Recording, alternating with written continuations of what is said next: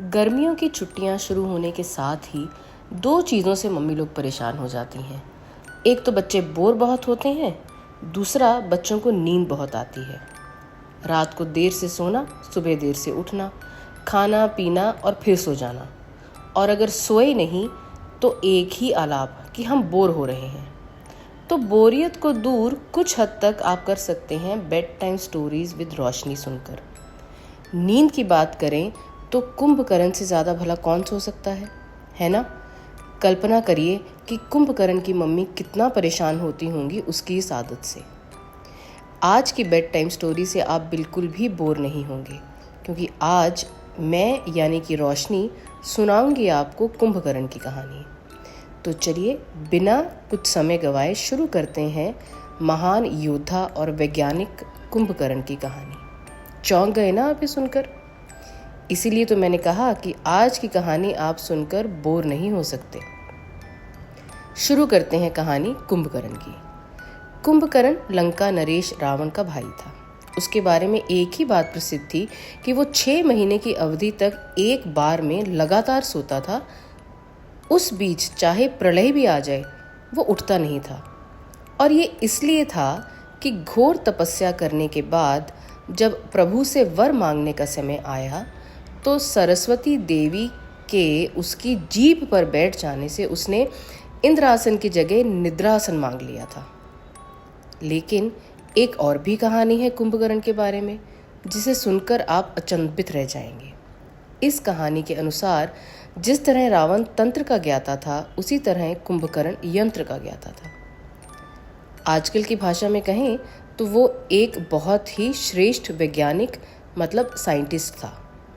वो अपने भाई के लिए नए नए प्रयोग और अनूठे आविष्कार करता था, जिससे कि उसका भाई अविजय रहे।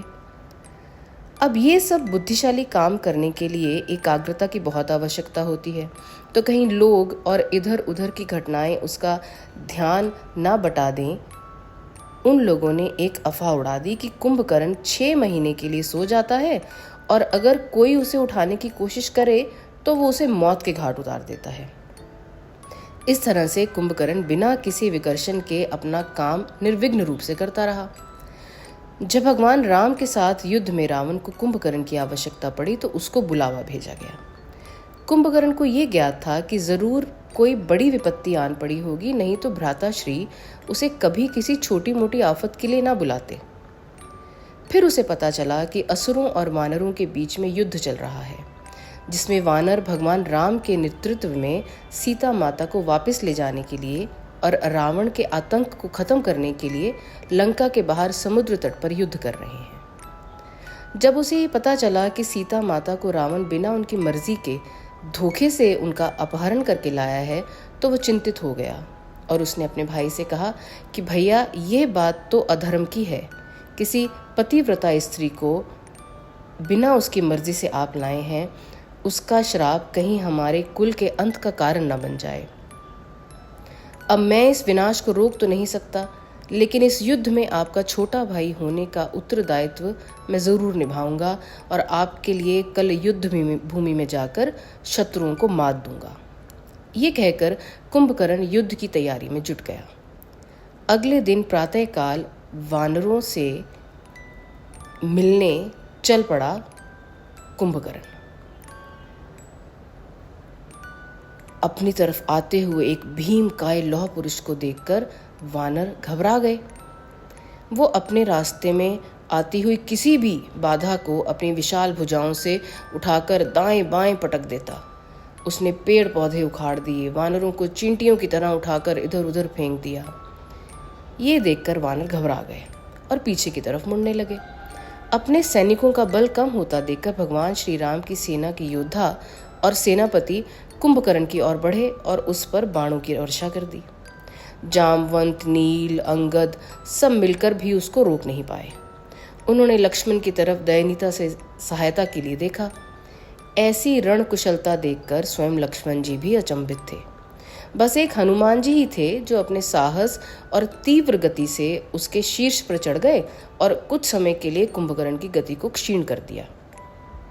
भगवान राम दूर से ये सब अपनी आंखों के सामने घटित होते देख रहे थे।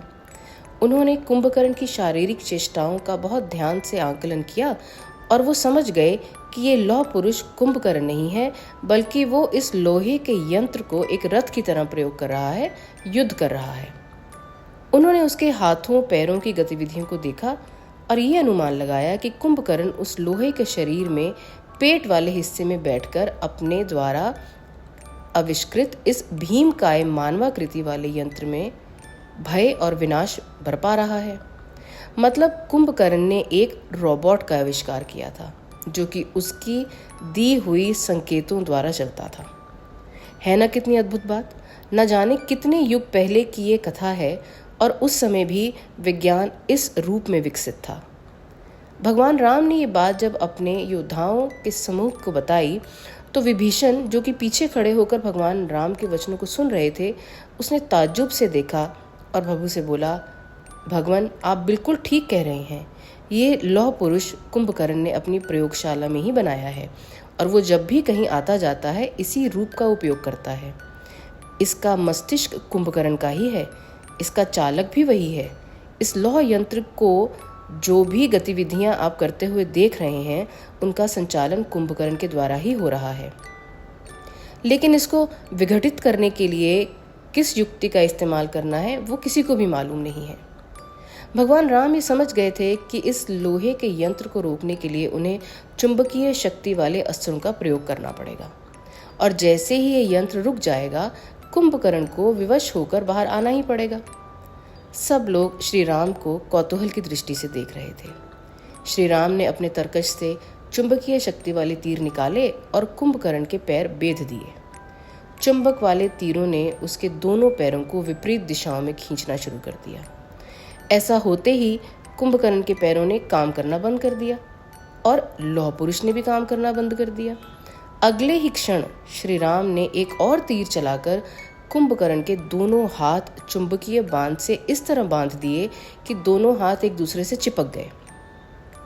अब अपने यंत्रों को निरस्त होते देखकर कुंभकर्ण क्रोध से तिलमिला उठा और उसने युद्ध के मैदान में इस भीमकाय लोहे के रोबोट का संतुलन बिगाड़ दिया और उसे ऐसे गिराया कि उसके नीचे दबकर कितने ही सैनिकों के प्राण निकल गए। इसके बाद अपने आप को बचाने के लिए जैसे ही उसने अपना शीश आपातकालीन दरवाजे से बाहर निकाला, भगवान राम का बाण तीव्र गति से आकर उसके गले में लगा और उसके अंत का कारण बना। कुंभकर्ण के प्राण पखेरु उड़ गए और भगवान राम की सेना जय श्री राम का उद्घोष करने लगी। प्रभु राम ने अपने निकट खड़े विभीषण को आंखों में आंसू देखकर उसे गले से लगा लिया। अपने भाई की मृत्यु से विभीषण दुखी था, लेकिन फिर उन्होंने हाथ जोड़कर प्रभु राम से कहा कि मेरे भाई ने अपनी शक्तियों का दुरुपयोग करते हुए, सृष्टि को विध्वंस करते हुए अपने आप को राक्षस प्रवृत्ति के होने का साक्ष्य दिया है और प्रभु आपने उसके प्राण हर के उसे मोक्ष दिया है। इसके लिए मैं हमेशा आपका आभारी रहूँगा। कितनी विस्मय की बात है ना कि जिस कुंभकर्ण को हम उसके भीमकाय देह और सोने की आदत के बारे में जानते थे जैसे कि वो कोई आलसी असुर हो, लेकिन उसका तो एक और ही रूप था जो कि एक बुद्धिमानी और विज्ञान के उत्कृष्ट उदाहरण है। बस एक ही गड़बड़ कर दी उसने कि इन सब आविष्कारों का उसने दुरुपयोग किया। अगर वो ऐसा ना करता तो क्या पता वो आज एक असुर ना होकर के एक सुर के रूप में याद किया जाता। अब यही समाप्त होती है कुंभकर्ण की कहानी, जो कि आप सुन रहे थे बेड टाइम स्टोरीज विद रोशनी के मंच से। अगर आपने मेरी बात को ध्यान में रखते हुए अपनी कल्पना का उपयोग किया होगा तो मेरा यकीन है कि आज की कहानी किसी साई-फाई मूवी से कम नहीं लगी होगी। तो अब हो गया है समय सोने का।